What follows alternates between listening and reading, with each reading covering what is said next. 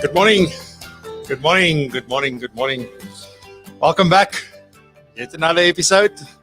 What is this now? 42. Number 42. Here we go. Thank you very much for joining me this morning. I really look forward to sharing some insightful things with you this morning, as I usually am excited to do. So, today we're going to be talking about my top 7 book recommendations. And when I was putting this together, and I can show you sort of the list of stuff, you can see that there are there are so much more. There are a lot more than 7. So sure, then choosing my top 7 was quite a mission. But be that as it may, it's I may share with you some bonus books at the end. But I want to focus on the top 7 books that have in the last year or two really helped shape my thinking and sort of what I do in my business and the kind of things, because I found that and I listen to books. I don't read them. It's not often that I would read a book. It's only if it's not available in audiobook format that I would do that, or if there's a lot of sort of diagrams and things that goes with the book and you really need the book to understand all the things, then I would do that. But otherwise I would actually just listen to books. And particularly when I was still driving a lot, I got to listen to a lot of books while I was driving. So it works well for me. And also I can do it anytime, anywhere. I don't have to carry the book with me or anything like that. But that's my preference. Other people like to feel the book and they want to smell the book and they want to just experience the book in more than just the words. So whatever works for you, that's great. But today we're going to talk about books, and I was wondering, are people going to show up for this? It's not a very exciting, topic possibly, but I just thought we've been doing so many serious stuff over the last few weeks that maybe I just need to step back a little bit and let's just do something that is a little bit more fun, a little bit more relaxed, but still high value. So that is sort of what today is about. And welcome, as I said, if you decided to join us, thank you very, very much for doing so. Good morning, Kobus Klein. Yes, this is the last day of the hard lockdown. It's going to be interesting because I think we're still in lockdown. It's just that it's starting. There's some people that can go back to work. And on that point, because I said I'll do this every single day as long as lockdown lasts. So I'm definitely going to go for 50 episodes. So we've got to get to 50, and then I'll reevaluate once we get to 50 what we're going to do, because it is definitely going to move to a weekly show. It won't be a daily show. There's a few things that I'm considering at the moment, so it'll be great to just maybe have everybody's input and just sort of ideas. You can WhatsApp me or you can put it in the comments, wherever you like. Just what do we need to do with the show? I'm thinking about still having it 8 o'clock in the morning, once a week, and then maybe shorten it a bit to half an hour instead of an hour. Maybe 45 minutes, I don't know, depending on what is needed. Still get guests on, maybe I have segments. So there's a whole host of things that's at the moment playing in my head. But I'll be keen to hear. And I also understand that once we go back to normal life, people will have things on at 8 o'clock in the morning. So unless it's in your diary, you're going to have other things on. And sometimes there's things that you can't say no to that you also need to be at. So we'll still do the show, and you can still then watch the recordings and that later on. But it won't be as many things, as we've got now. There's a daily hour-long content that we put out. Denise, goeiemorgen, good morning. Welcome back. Johan, I was wondering about you last night. Actually, I wanted to send you a message last night, and but I saw it was a bit late, because when I was thinking about it, it was after 11. I thought wow, Johan is quiet. His input went to sleep.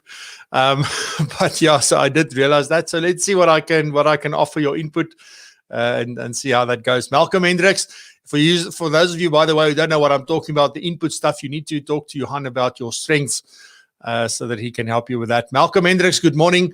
Welcome back, Malcolm. Thank you very much for being here once more. Raymond, for you as well. Raymond Wessner, sorry. And Raymond Visser. We've got 2 Raymonds in the house today. Thank you very much. Welcome.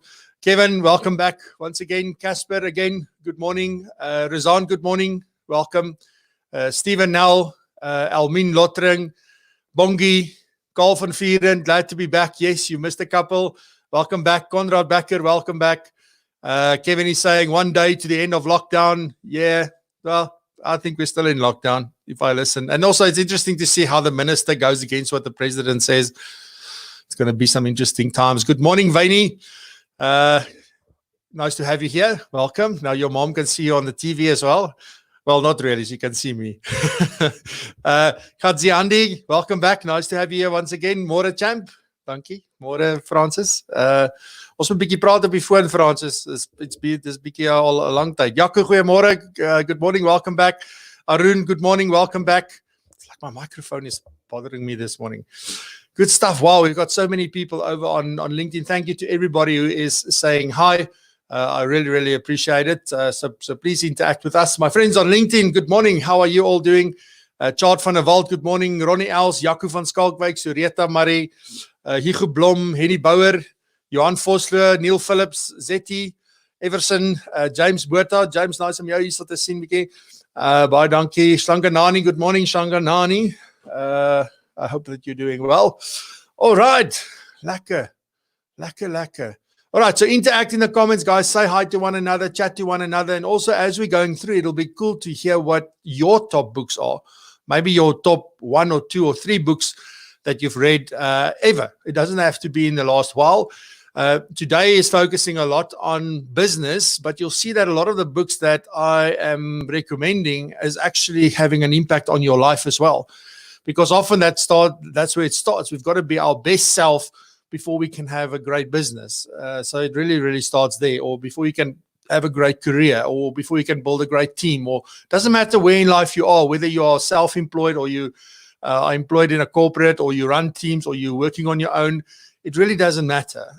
So I think these books actually speak to both, but it has got a business slant to it. It's about how do you get better in what it is that you do. So I'm going to share that with you. So I'm keen to hear, yours as well. You're more than welcome to share that with me. Please give us some love. Just share. Thank you very much for everybody that shared yesterday's episode as well. It's I think yesterday's conversation with Rudolf Horn from Might and Optimal was really something unique. I got some feedback afterwards to say, we've attended so many of these investment type conversations and things, and this was different. So thank you very much for the people that let me know.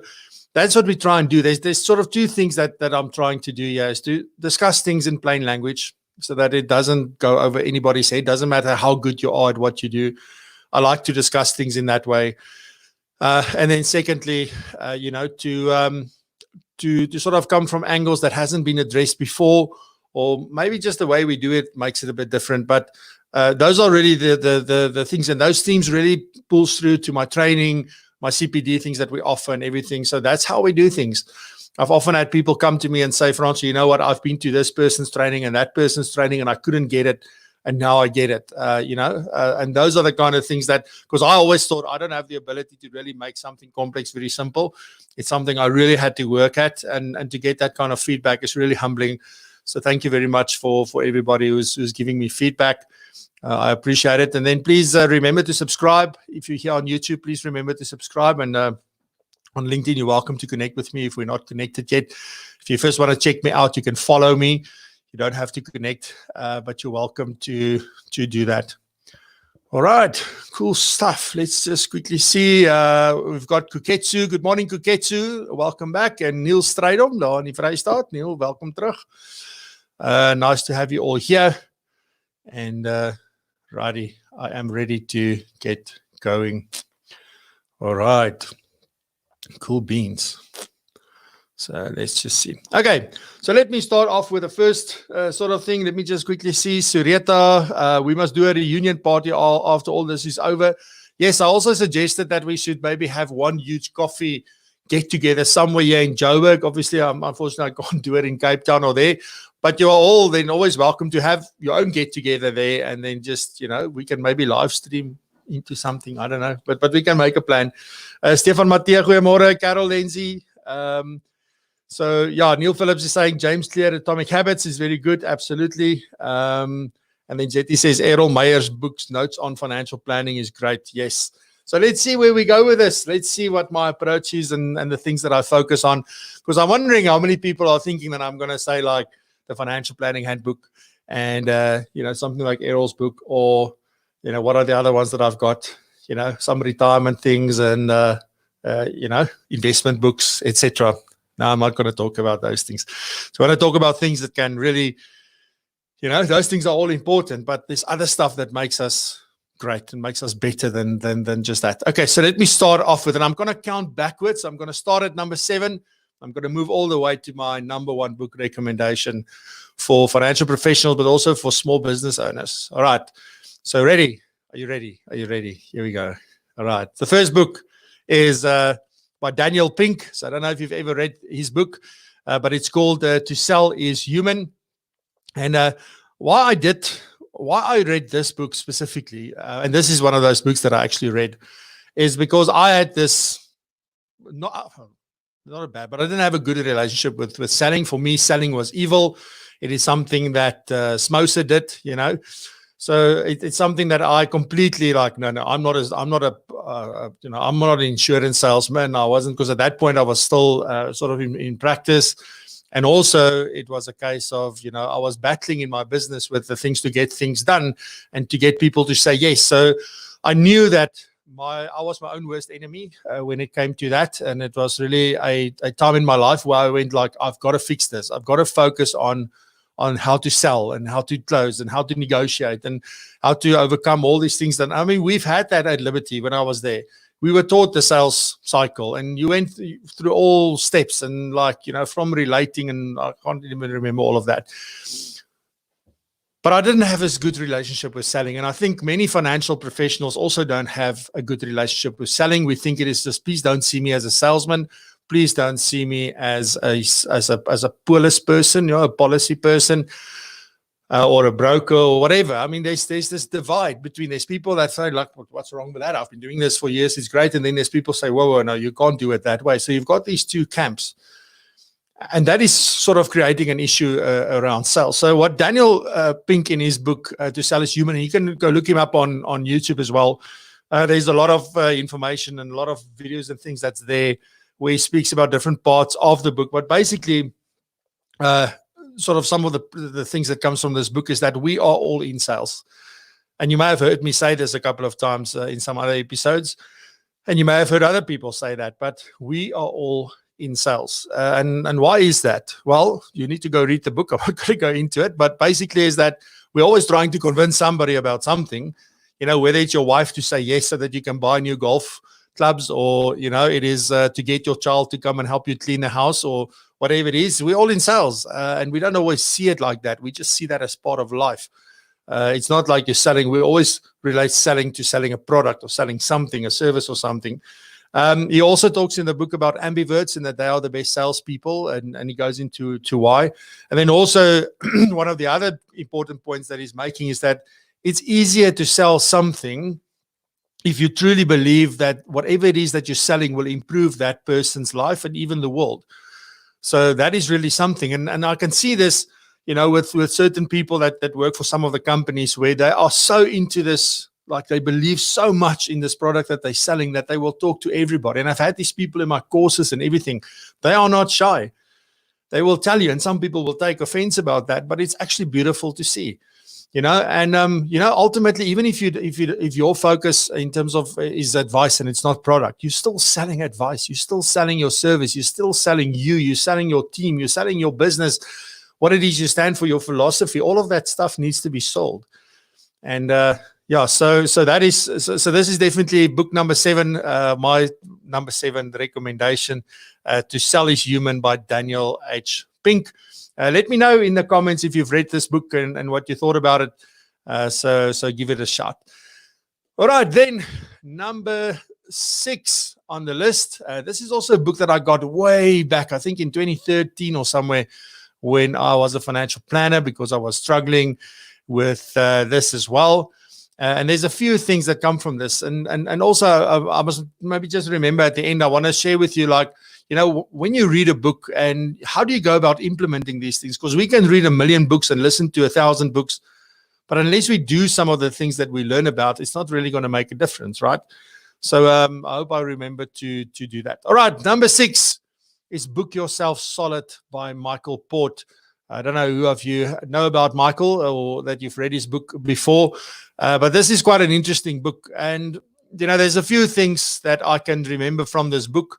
And one of it was his story about the red rope policy, or the red velvet rope that sort of rope we always see on these American movies and TV shows and things, like when you want to go into the club, there's this big bouncer holding the rope, and unless they open for you, you can't go in. So it's really around that. But the book is about, and this is something that I believe in so much. And yesterday I heard such a beautiful thing where we talk about your ideal client and your ideal target audience and just that. But yesterday I read somebody talked about their dream client. Wow, how amazing is your dream client? I mean, that is powerful, right?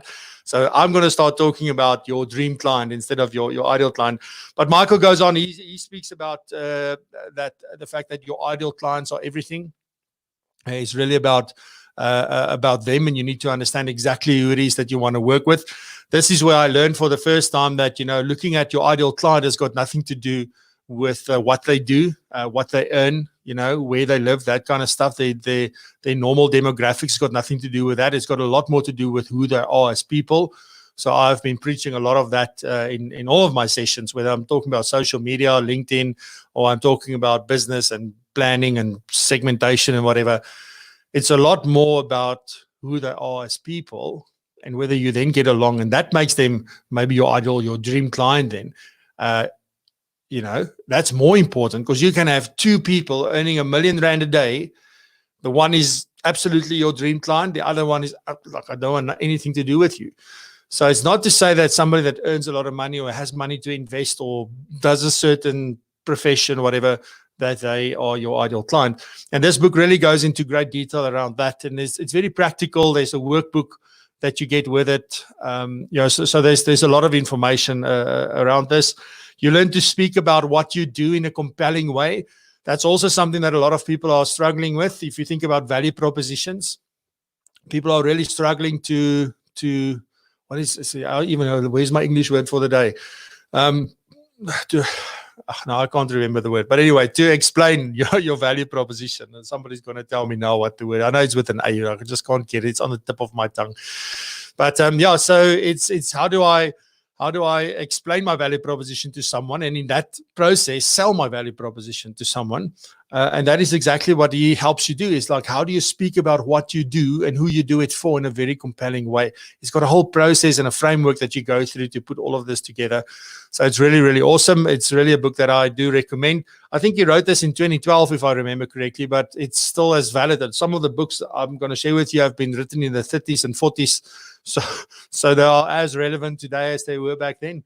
When you read them, you would have thought that somebody wrote them yesterday. And then, another important point that he makes, and there's some other people that have latched onto this over the years, or maybe I have the same sort of focus, is that, how do you establish yourself as an authority, and why that is important to do that. I know Douglas Kruger also speaks about positioning yourself as an expert, or as an industry expert, so he does that. But this book also plays onto that, is how do you become and establish yourself as that authority. It's a whole process. Also things that it talks about, things that one could implement. So from that point, it's really great. So let me just see quickly. Anybody that knows about this book, let me know. Let me see quickly. Kevin says, let me put it on the screen. He says, following Douglas Kruger's book launch last week, I bought his ebook, Virus Proof Your Small Business. Great stuff.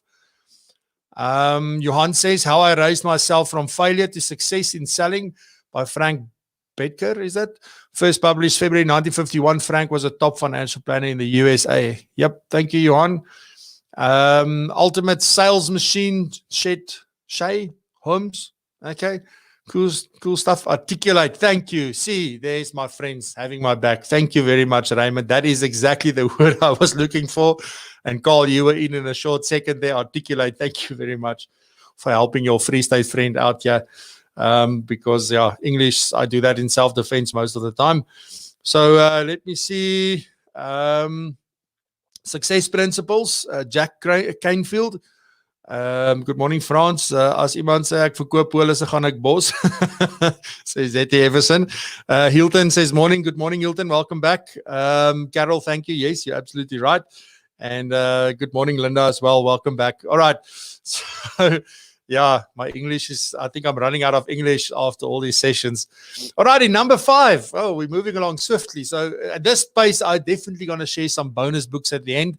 Some books that have really these are awesome. And I just couldn't get them into the top 7, but they could have just as well been there. So stick around because I want to share those with you as well. All right, so then number 5. And this is something you may have heard of, something that maybe you've read. But this is so good, I Can't Ignore You, by Cal Newport.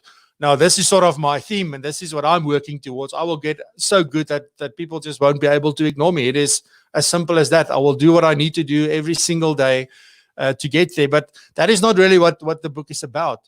That is what attracted me to the book when I read the title. Obviously, is so good, I Can't Ignore You. And I just thought, you know what? That is really something. If you keep on doing, that's when sometimes you say wow, somebody became a success overnight, but you don't see all the other work that went on before that to get to that point. And this was just a very, very nice book. And there's some lessons that I sort of took from this book as well. And I want to share some of those with you and what the book is really about. One of the things that he speaks about, this is all about this thing about finding your purpose and your passion and those kind of things that, that is what we're supposed to do. And some people don't find it ever, and they think that their life has been it's just a big misery. And, I lost out, and, this is what my life has become. And you hear all these kind of things because people are unable to find their purpose, okay, because they don't know how to look for it. They don't know. But Cal goes and he says, well, it's got nothing to do with that. It's a big myth. Okay. There is no such thing as, do what you love. Don't do what you love. He says you've got to learn to love what you do. And it's sort of interesting, the way that he goes through that, to say, well, if you get so good at something, you become passionate about it.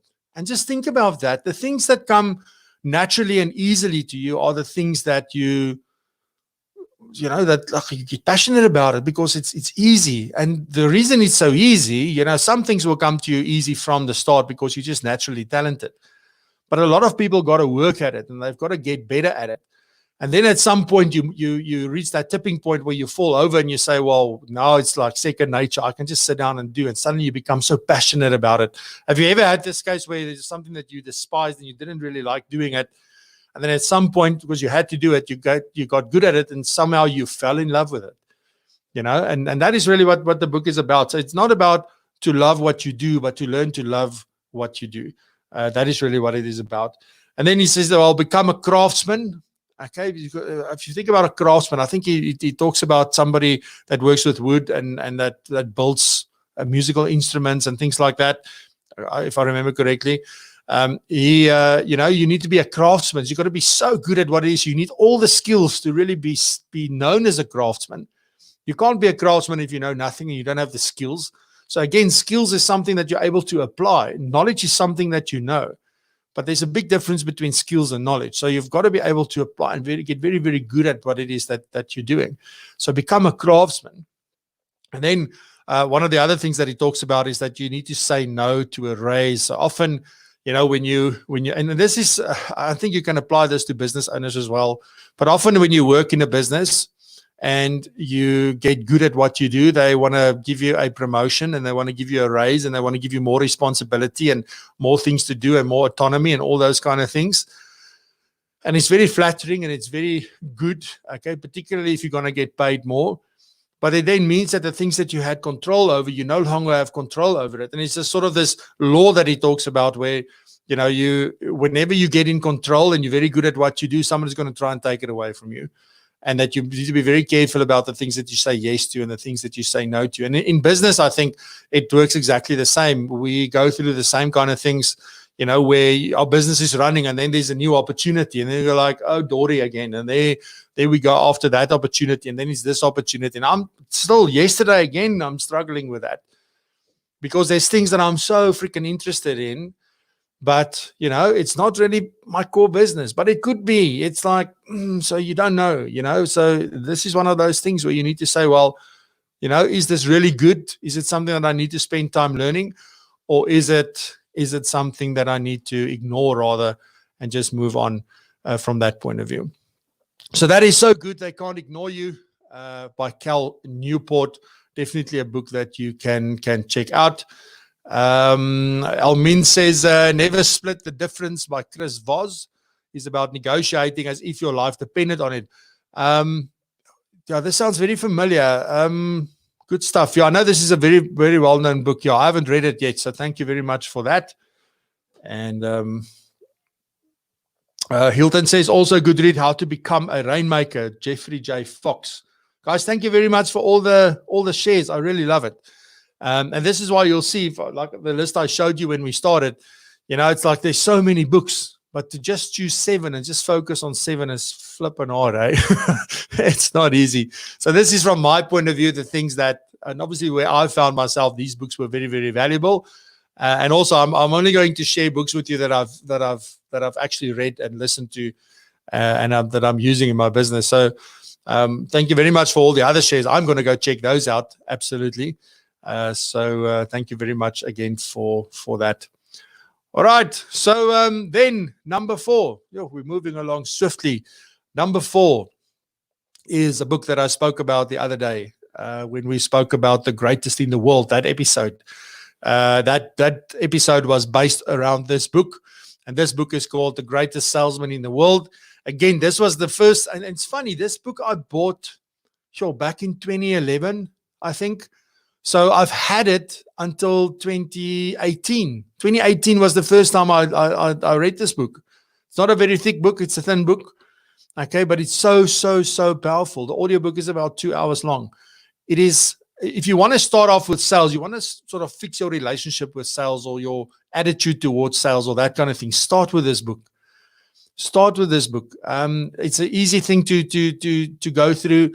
The whole way that it's structured, as I said, there's a very good twist at the end. It's a fantastic, fantastic book. It was written, I don't know, in the 30s or 40s, somewhere there. So it's an old book, but it's, again, one of those that is like it was written yesterday. So please go check this one out. It's really, really awesome. And what it's really about is that what Ogmandino, I still don't know how to say his name. I must maybe go Google Ogmandino or Ogmandino. I don't know, but I know it's not OG. So, but he, the way that he wrote this book is telling a story basically about this guy.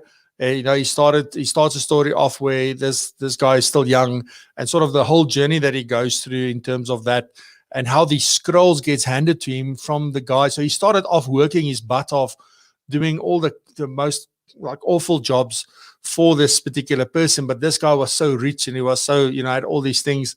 And then somewhere down the line, when this guy got sick, he handed down 10 scrolls, so 10 ancient scrolls to him. That is this big secret to life and this big secret to selling and to becoming the greatest salesman in the world. And this character goes on to become very, very successful. And then he hands it down to the next person as well. But it's all about these 10 scrolls. And these 10 scrolls are 10 habits that we need to form and to really become the greatest salesman in the world.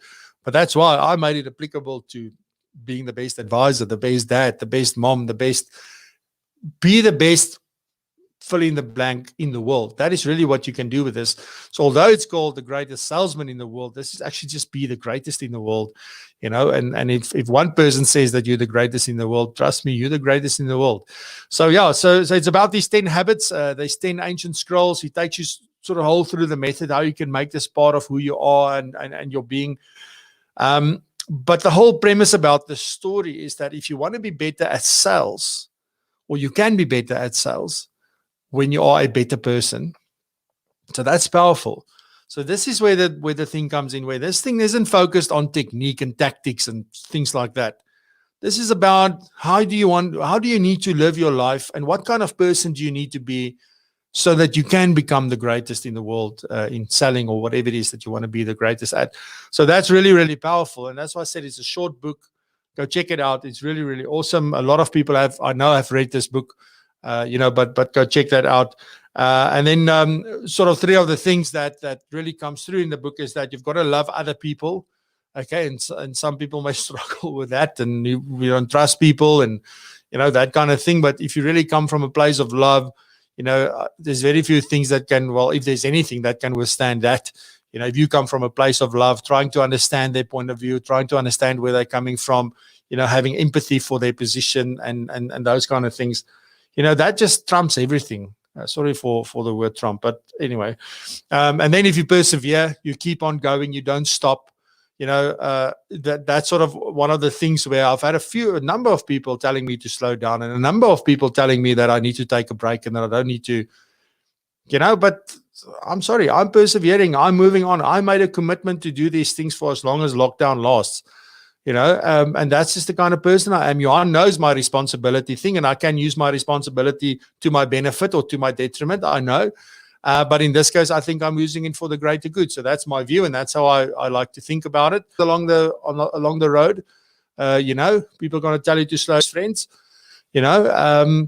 and it's one of those things. So it's about, if you really, the other one is to control your emotions, is a big one. And it is something that, it's like, I think we talk a lot about emotional intelligence. There was a word like emotional intelligence, but they did talk about control your emotions.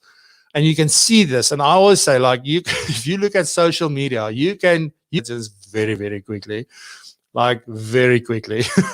You just look at the things they share, the things that they say, the things that they comment. I'm sorry, you can very quickly determine that, because that is the thing, because we give, I don't know, it's like when we get behind a keyboard, we think we can just let go of our emotions and what we want to say. And the emotion is created by a thought that you have, which was then driven by a belief that you had. And that's the kind of things that you need to, you got to be aware of it, particularly if it is feel, you can control how you act. It is possible to do it in reverse if you need to. So, but those are some 3 of the most important things. I think I spoke about all 10 things in that episode about the greatest fill in the blank in the world. So you can go to services. Yes, just introduce this client to that client, let them do business. Kevin, that's so powerful. Every Wednesday at 11, and it's one of the things that we shared there. Let's connect people to one another. That is so valuable. As a financial advisor, there may not be maybe a lot of opportunity to do new business at the moment, but if you can connect people to one another, that can help one another and can help better their situation, it can have such a profound impact on your business later on when things go back to normal. So that's powerful. Yes. So well done on staying focused, because that is hard. Never Too Late to Be Great, Tom Butler Bowden. That's another book that I haven't heard about. Thank you very much, Carl. I will go check that out. And then Born to Build, How to Build a Thriving Startup, a Winning Team, New Customers. I guess I'm not good at pronouncing all these names. Thank you very much, Johan. I also haven't heard about that one. I'll definitely go check it out. I think some people are waiting for me to say good to great or something like that, but I'm not going to today. All right. Let's quickly see. Stian de Wit, High Trust Selling by Todd Duncan. Thank you very much, Stian. A couple of local ones I found on your industry. Yeah, Douglas Kruger, Become Your Own Financial Advisor. Warren Ingram, The Upside of Down, Bruce Willick, and The Ultimate Guide to Retirement in SA from Wouter Fourie and Bruce Cameron. Absolutely, they're all very good books. I've read Wouter's book and I've read Douglas's book. Those are the only ones that I've actually gone through. Good morning, Luleka. Welcome. Agreed, Francois. It's about belief. Wow, a whole list from Vimlesh. Thank you very much, Vimlesh. You can have a look there. Awaken the Giant Within, Serious Creativity, The 48 Laws of Power, The Biology of Belief, Seeing What's Next, How to Build a $1 billion app. And I have to add The Subtle Art of Not Giving a... Yeah. So I see some of the books you've got there that was on my list originally, which I haven't put up on my top 7. But it's awesome. Thank you very much for all the shares. Check these things out. Definitely. All right. So happiness, on to the top 3. And here we go. Are you ready for this one? So I don't know who of you have read this book, but this is quite an interesting one. It's very practical. It's awesome if you get to implement this. I'm still trying to get sort of, my thoughts and things around this and really implementing this as part of how we do things. But this book is called Building a Story Brand by Donald Miller. It's really, really an awesome book. It's really about, how you can grow your business, through using the key components from storytelling and things that make a compelling story. So those are the things that this book is about. It's about telling stories, or to position your business, your value proposition, yourself. How do you sort of share that through like in the same way that you would tell a story. He starts off the book where he says, like, you know what, his wife gets so upset with him because, like, when they watch a story, he already tells her what's going to happen in the end, because there's a formula to storytelling. So if you go check that out, you'll find that there's a formula to these stories. There's always a way that it starts, there's a middle, and there's an end part. Apart from that, there's a sort of formula they follow in these. And even some of the movies that you would say, wow, this was the best movie I've ever seen, is maybe some of the movies that has followed the script the best. And some movies that, they didn't really get to hit the numbers in the formula, if you will. But that's important. And some of the things that the book is looking at is to sort of say, okay, but in this process, who's the hero? You know, who is the guide? Who is the villain? You know, and then how do you put a strategy together to make sure that it speaks to all of this? So it's really just about positioning a lot of the time, but it's also about being able to share that in the form of a story. And it's just so natural because people love stories. You know, if I start rambling off, and there's a couple of times that I wanted to do episodes on lump sum tax and opportunities from tax and, you know, those kind of things, but it's very technical, you know, and people get like, okay. So it's so powerful if you could tell more stories, because we were built to listen to stories. We were built to share stories and to tell stories. So this book has been really, I read this book at the end of last year. As I said, I haven't implemented much of the things in the book yet. So it is definitely in my plans, but thanks to everything else that happened suddenly, I didn't get to it. But I'm definitely going to, and to see how we incorporate this and understand this, because you can use this in your social media stuff. You can use this with clients. You can use this in your email marketing. You can use this in so many places. And it is so, so powerful. So definitely it's something to check out as well. All right. Happiness. And then we're into the top two. All right, number 2, how to win friends and influence people. I had to snug that one in there. That is probably the best book I've read, but it didn't make it to number 1, because I think number 1 is a fantastic book, and it's just like the insights and the way to think about it. You know, it's just made it number 1 for me at this stage. But how to win friends and influence people, that is like the Bible to relationships. Doesn't matter what you do, where you are. If you want the principles of how to really build solid relationships, then this is definitely the book to get. This is a bit of a thicker book, or a longer audio book if you prefer to listen to the audiobook version. I've done that 3 times already. You know, there's some interesting things, interesting stories. Again, sharing a lot of stories to illustrate the points that he's making. You know, so, but it's awesome. It was also written somewhere in the 30s, 40s, or somewhere around about there, and it was, you know, it's still as applicable as it is today. There's also a version for in the digital age, which you can look at. I haven't looked at that one as yet, but this is definitely a book to look at. For me, the reason why this is so important and why I put it as number 2 is that, I mean, and this is something, even it doesn't matter how much we use technology, it doesn't matter how we talk to people, it doesn't matter. At the end of the day, go look at the people that you support the most. It's because there's a relationship there. So business, any good business, is built on a solid foundation of relationship. Call it trusted relationship, call it whatever you want. But it's the basis of there's a relationship. It is a two-way street. It is both are looking after one another. So being able to form those relationships and to build just like awesome relationship with people is critical. You know, whether you're new in the industry or whether you've been here for 40 years, doesn't matter. It never stops, because also a relationship isn't built and formed and then it stops there. It is an ongoing process, just as much as financial planning is. It's ongoing. And then you'll see, I mean, there's one thing is about how to win friends. So it's basically about, you know, how do you make people like you and connect with you and want to be sort of in a relationship with you? And on the other hand, it's influencing people. And that's not in a negative way, because you can influence people. This isn't about group pressure or peer pressure. It's not about that.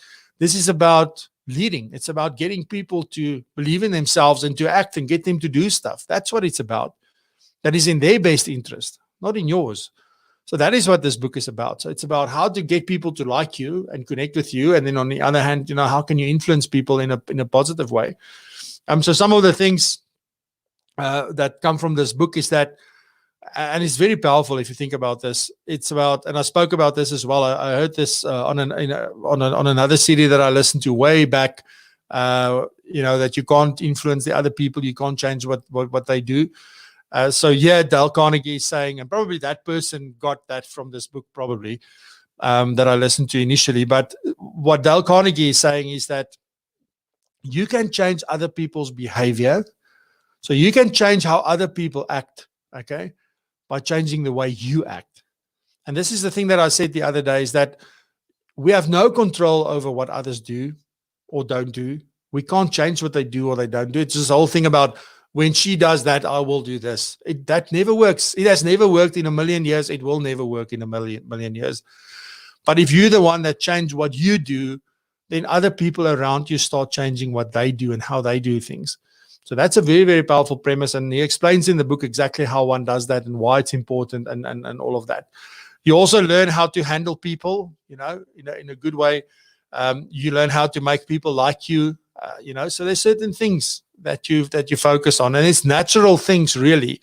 And if you really go through this book, you'll understand that, I love it as well when that happens to me.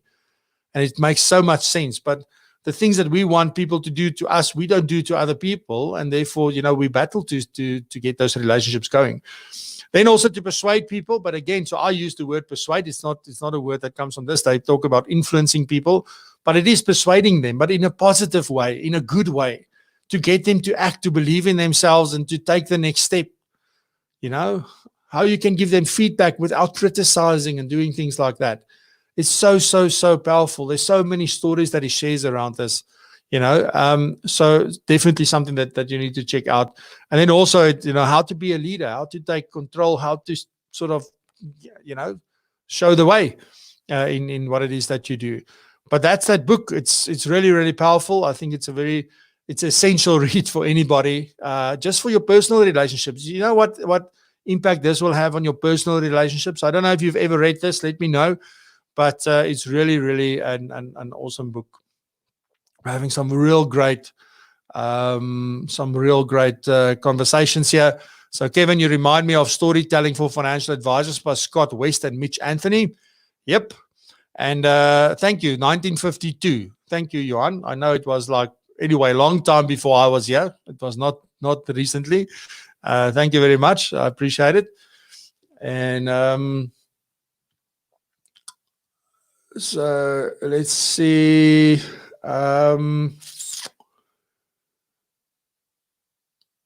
So if I'm also thinking about the future of financial planning, a must read is Think Like Amazon. Yeah. And there's some other books I've got that I haven't gone through yet as well that I want to look at. Five Languages of Love in the workplace as well. Yes. And that's what I'm saying. A lot of these things that we do for our personal lives, or that we think is, just for our personal lives, has got a profound impact on our business lives.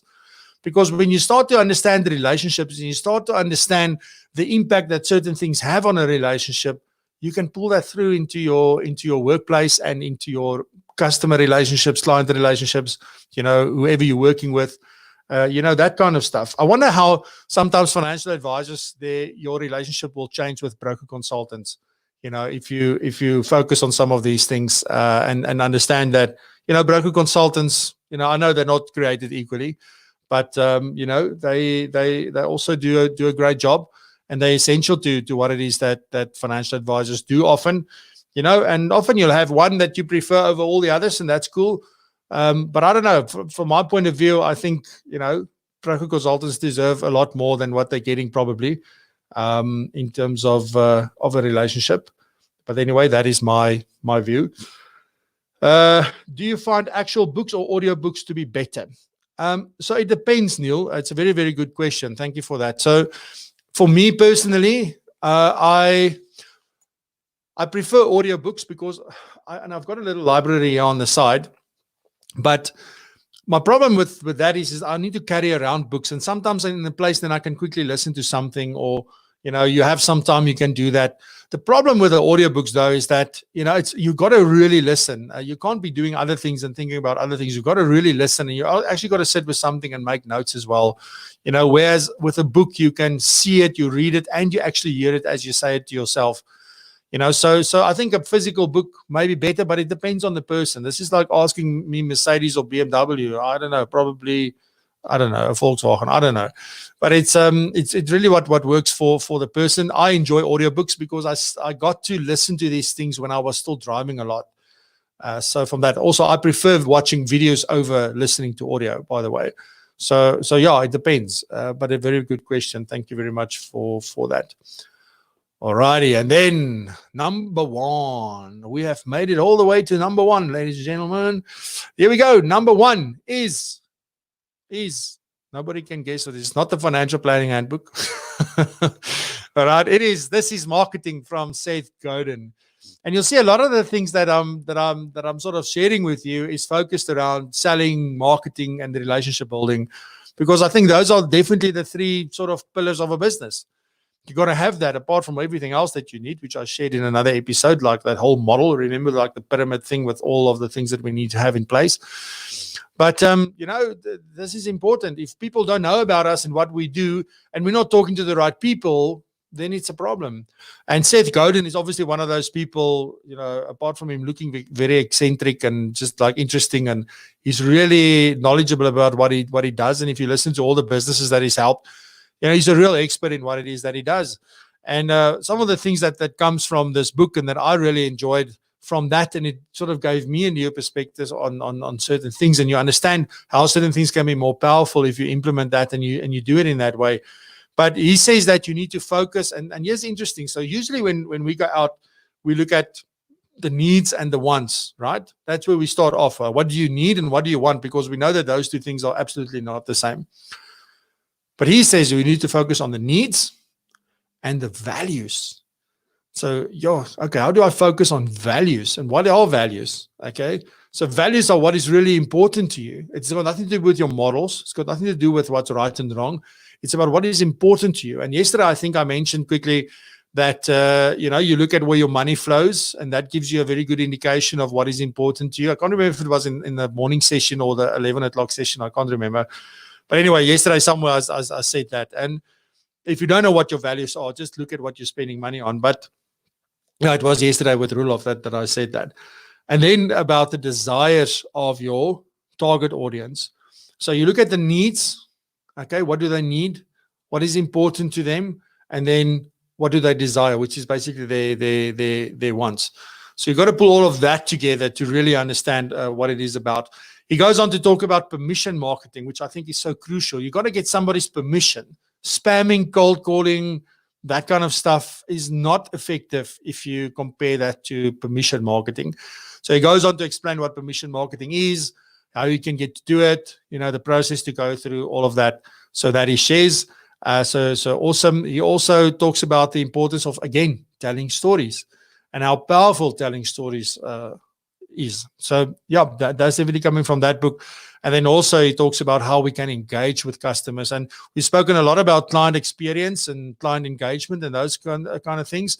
So it's important, and he touches on all of that. It's not a very long book. It's not a hard read. It's quite awesome, but that's a very, very powerful book. Particularly if are you really working with that dream client of yours or not? And how do you change if you're not? And, how do you build your business going forward? And also your practice is going to evolve over time, because the people that you started off with when you started are getting older and people are getting closer to retirement. You are going to be forced to change the type of business you do and the way you do business as time goes on. I don't know if you realize, but you're also getting older in the process. So things are definitely changing. And sort of there's maybe other ways that we need to connect with the right people. And often maybe clients that have come with you for a long time won't necessarily stay your dream client forever, depending on different things that may happen. So there's my top 7 books. I hope that is helpful. But I've got some bonus books for you before you decide like, okay, this video is done. It's not done. I've got 3 bonus books for you that I want to share with you. Now that I have time. So I did put them as bonus books because I didn't know if I was going to there's going to be time left or not. So with them, I'm not going to go into a lot of detail. I just want to share with you sort of these 3 books' names and who wrote them, and just very quickly sort of what it's about. But the first one, and this is a very profound one because it's also got to do with selling, But it's a guy that he's been raising capital for venture capital companies and so forth, and getting funding for places. But he's been doing it for years, and he sort of put together this whole framework about what you need in able to sort of, when you go and do a proposal or you pitch, as they just plainly call it, the process to go through. And it sounds like, oh, that's very salesy. No, it's not. See, that's the mistake we make, is we think, oh, pitch anything. Oh, no, that's not what I want to be known for.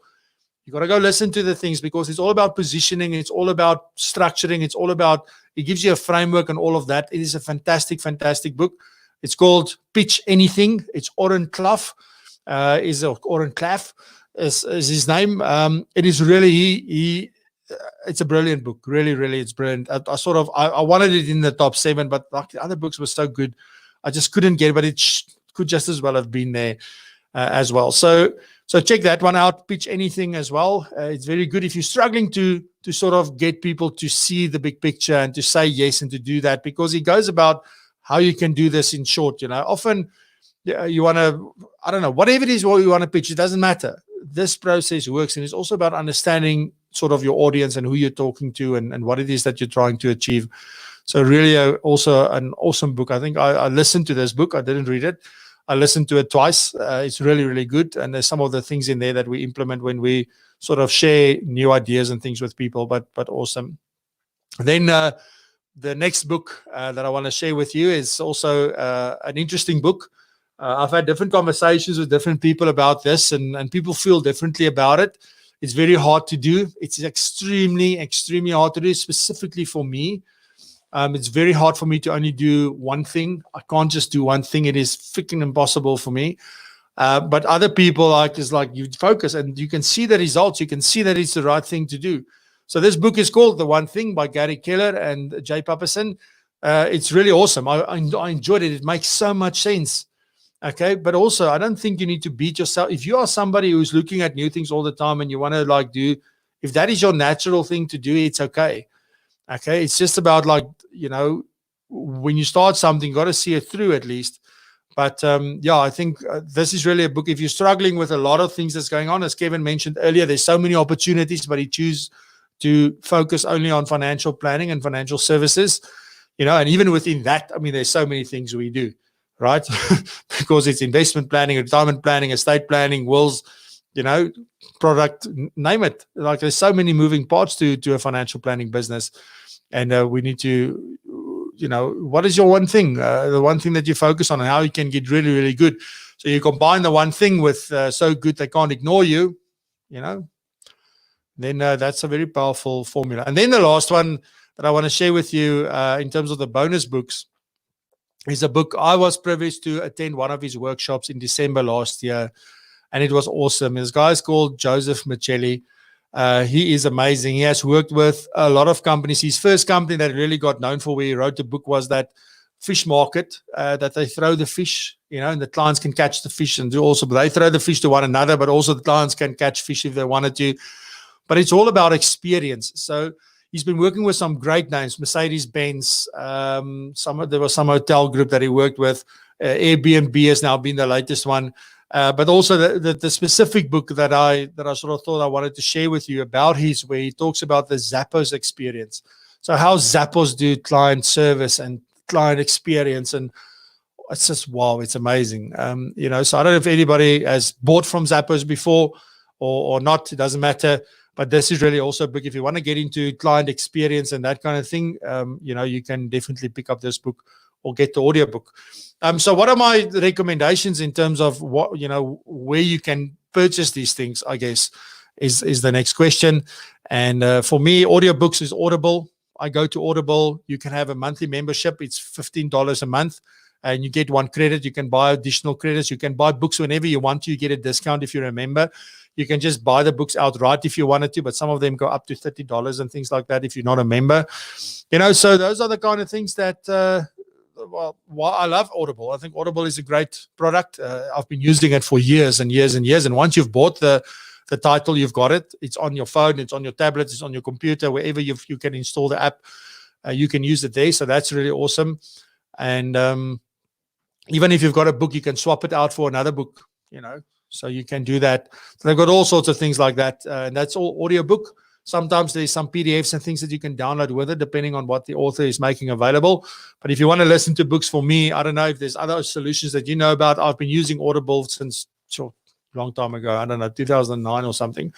And it's really, really awesome. They're owned by Amazon now. Amazon bought them a few years ago, but so they're part of that. And then for books, I mean, if you want to order books, Take a Lot, obviously, or Exclusive Books. Those are the two places where I usually, if I'm looking for a book, once in a while I'll buy it CNA, but usually if I buy a book, I'll go into Exclusive Books. I'll go have a look for what I want. And then also Kindle. I buy a lot of Kindle books electronically because, again, I don't have space for the books, and also I can search for stuff in the books if it's electronic, but it is harder to read things electronically unless you have like a Kindle reader or something like that. It is harder to read it on your phone or on your laptop. It's not as nice.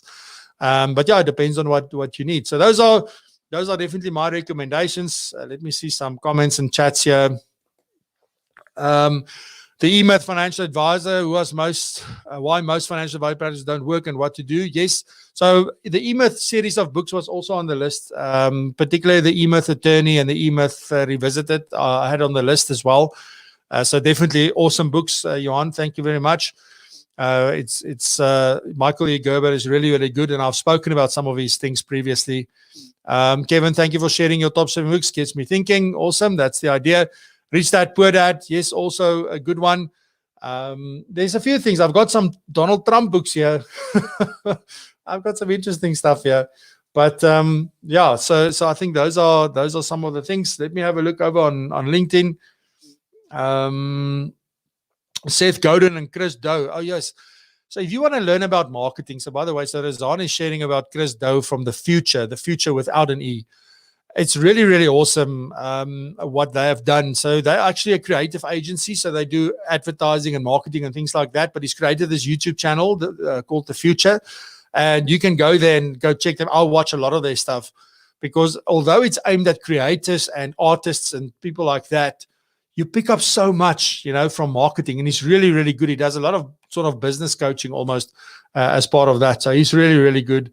So from that point, yes. And then also, as you mentioned, Seth Godin, the one thing is excellent. Yes, Neil, absolutely. So yeah, ladies and gentlemen, that is my story for today. Thank you very much for all your interaction. Please remember to like and share and do all that fun, wonderful stuff. Tell other people, send them our way, and I'll see you tomorrow morning at 8 a.m. sharp. I really appreciate you. Thank you very much for being here. I hope you have a lovely day. And I'll see you tomorrow. Keep an eye on social media where I'll announce what we'll be talking about next. And on that note, I hope that you have a fantastic day. I love you. Keep well.